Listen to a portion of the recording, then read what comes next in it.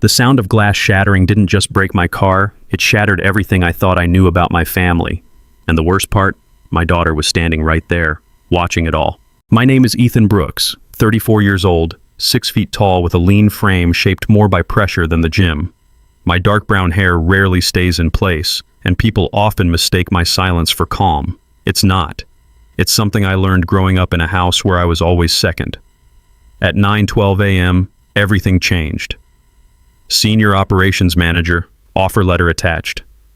I stared at the screen, reading it again and again just to make sure it was real. This wasn't just a job. This was the job Halstead & Cole, one of the biggest firms in downtown Chicago. The position Ryan had already claimed as his future.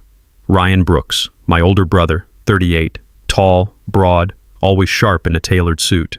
He carries himself like the world owes him something, and usually it gives it to him.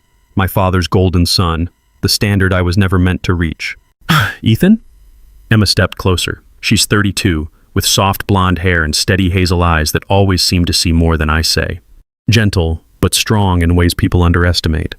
I got it, I whispered. She hugged me, but I felt the tension. They won't take this well. Daddy! Lily ran in, 6 years old, tiny, curls bouncing, fingers covered in paint. She handed me a drawing, a stick figure with a crown. You're my hero. For a moment, nothing else mattered. My phone buzzed. Ryan, one message. You don't deserve it. I stared at those words longer than I should have, because deep down, I knew this wasn't just jealousy. This was the beginning of something much worse. That evening, I drove us to my parents' house with a knot in my chest that wouldn't loosen. The house hadn't changed, large, polished, cold. Emma sat beside me, quiet, her fingers brushing mine like she already knew what was coming. Lily stayed home with a babysitter. I didn't want her to see this version of my family. Richard Brooks, my father, 62, tall, rigid posture, silver hair always combed back perfectly. His sharp blue eyes never softened, not even with age. A self-made businessman who believed respect was earned through dominance. Growing up, I learned quickly, approval from him was conditional, and I rarely met the terms. My mother, Helen Brooks, early 60s, thin, elegant but faded in presence, greeted us with a forced smile.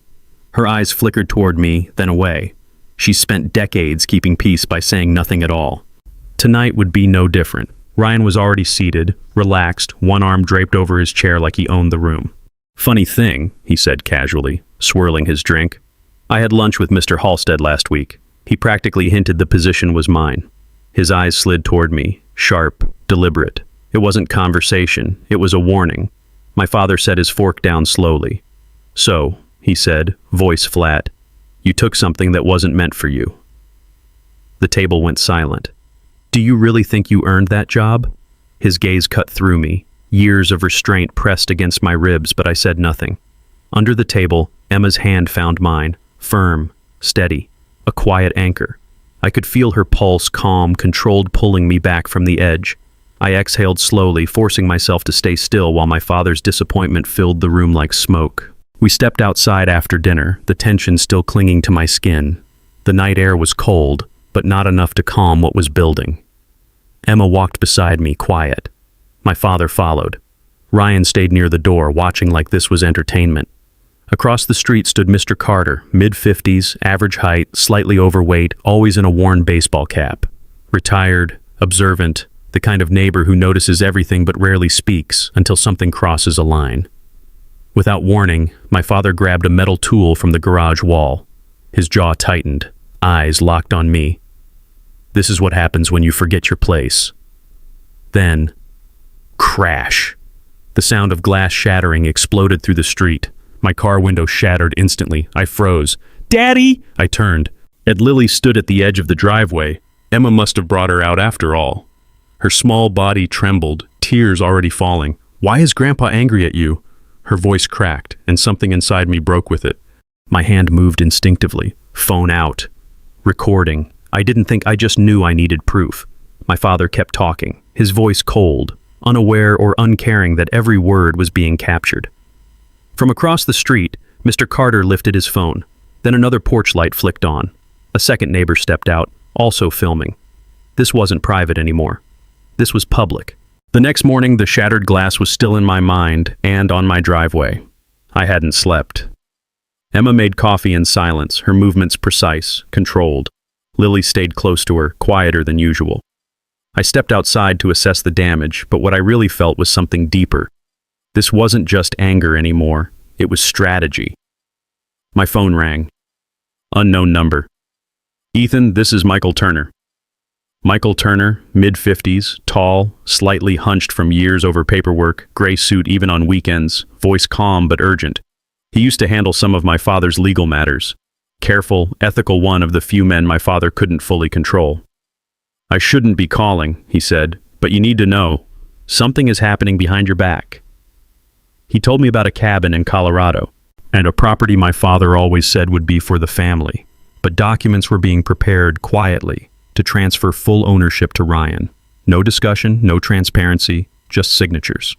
I drove straight to an old storage unit where some family records were kept. Inside, dust-covered boxes held copies, agreements, signatures. And then I saw it. My name. Signed. But not by me. The curve was wrong. The pressure uneven. Someone had forged it. A name stamped below. Linda Graves, early 40s, short, professional, known locally as a notary who rarely asked questions as long as paperwork looked complete. Reputation, efficient but not always careful about ethics. Back home, I showed everything to Emma. She didn't react emotionally, she studied it. Then she looked at me, steady as ever. "Stop reacting," she said softly. "Start planning." My first week at Halstead & Cole felt unreal, but I couldn't fully enjoy it. Glass walls, polished floors, quiet conversations hiding sharp intentions. I kept my head down, learning fast. Still, something felt off. Numbers didn't quite align. Reports looked clean, but too clean. That's when I met Daniel Carter, 36, tall and slightly thin, messy, light brown hair, sleeves always rolled up. His eyes were tired but sharp, like someone who'd seen too much and learned to stay quiet. He spoke little, but when he did, it mattered. People said he used to be outspoken. Until something changed. We talked late one evening. He leaned against my desk, voice low. "Your brother," he said. "He doesn't like competition." Years ago, Daniel had raised concerns about financial inconsistencies. Ryan shut it down publicly, discredited him. Since then, Daniel kept his head low, but he hadn't forgotten. He showed me internal reports, subtle discrepancies, revenue shifts, expenses hidden under layered accounts. Nothing obvious, but enough to raise suspicion. "Look closer," Daniel said. And I did. The deeper I went, the clearer it became. This wasn't a mistake. Patterns formed. Transfers between shell accounts. Timing that avoided audits. My stomach tightened. This could be tax fraud, not small systematic. At home, Emma turned our dining table into a workspace. Papers, laptop, notes everywhere. She organized everything with precision, building a timeline I couldn't see alone. "We don't guess," she said. "We prove." By day, I was the composed operations manager, focused, precise, respected. By night, I became someone else entirely. I reviewed documents, traced accounts, connected patterns between my family and the company. 2 lives running in parallel, and neither allowed room for mistakes. At home, the shift was visible. Lily didn't draw as much anymore. When she did, the colors changed, less bright, more gray. One evening, she asked quietly, "Are we going to see Grandpa again?" Her voice carried fear, not curiosity. I knelt beside her, heart heavy. That moment made everything I was doing feel necessary. I started therapy. Dr. Sarah Mitchell, early 40s, calm presence, short dark hair, steady voice that never judged. She listened more than she spoke, but when she did, it cut straight through noise. Years of dealing with trauma cases had made her patient, but firm. "You're carrying 2 battles," she told me. "One external, one internal." She was right. At the office, expectations grew.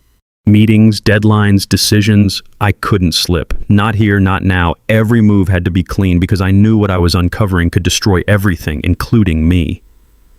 Ryan started showing cracks. His emails became aggressive, filled with subtle threats disguised as business concerns. In meetings, his tone sharpened. He interrupted more, pushed harder. Pressure was getting to him, and for the first time, he wasn't in control. I stood between 2 worlds, family and truth. one built on blood, the other on evidence. And each day, the line between them grew thinner. The morning of the hearing, I stood outside the courthouse, cold air cutting through my suit. No more hiding, no more waiting. Everything I had built, every document, every recording was about to be tested. Beside me stood James Collins, my attorney, late 40s, tall, composed, always in a dark navy suit. His voice was steady, calculated. A man known for precision, not emotion. He had taken one look at my evidence and said, "This isn't a defense case, this is exposure." Inside the courtroom, the air felt heavy. Screens lit up one by one. Video of the night glass shattering. Documents, signatures forged. Financial trails accounts layered to hide truth. Every piece, clear, structured, impossible to ignore. I looked at my father. For the first time in my life, Richard Brooks didn't look untouchable. His posture shifted.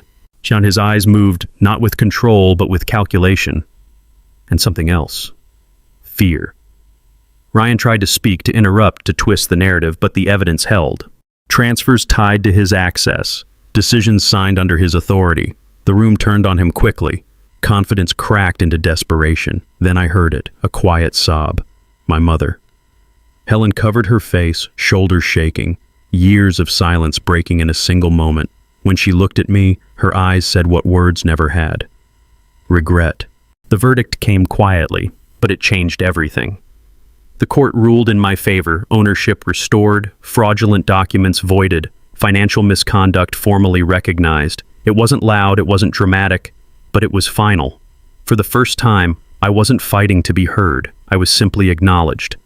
I didn't wait outside the courtroom. I didn't look back. My father said nothing as I passed him. Ryan avoided my eyes. There were no final words, no closure the way people imagine it, just distance. And for me, that was enough. A month later, we moved. The house sat near Lake Michigan open space, quiet mornings, sunlight filling every room. Not large, not extravagant, but peaceful. Our neighbor, Mrs. Eleanor Hayes, late 60s, short, silver hair, warm smile, the kind of person who bakes too much and shares it with everyone. A widow who had learned to value calm over noise. She reminded me that not all family had to be blood. Lily started drawing again, bright colors this time. One afternoon, she handed me a new picture, 3 figures, holding hands, standing under a blue sky. "No monsters," she said softly.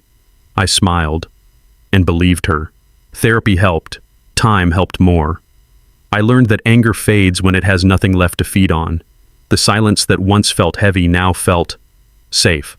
I forgave them, not because they asked, not because they changed, but because I needed to let go. Forgiveness didn't mean return. It meant freedom. I chose peace over family. But was I right? Some people say once it becomes toxic, you walk away and never look back. Others believe family deserves a second chance no matter what. So now I'm asking you, what would you do? Would you cut them off completely or try to forgive and rebuild? Justice or blood? Comment below, Team A or Team B.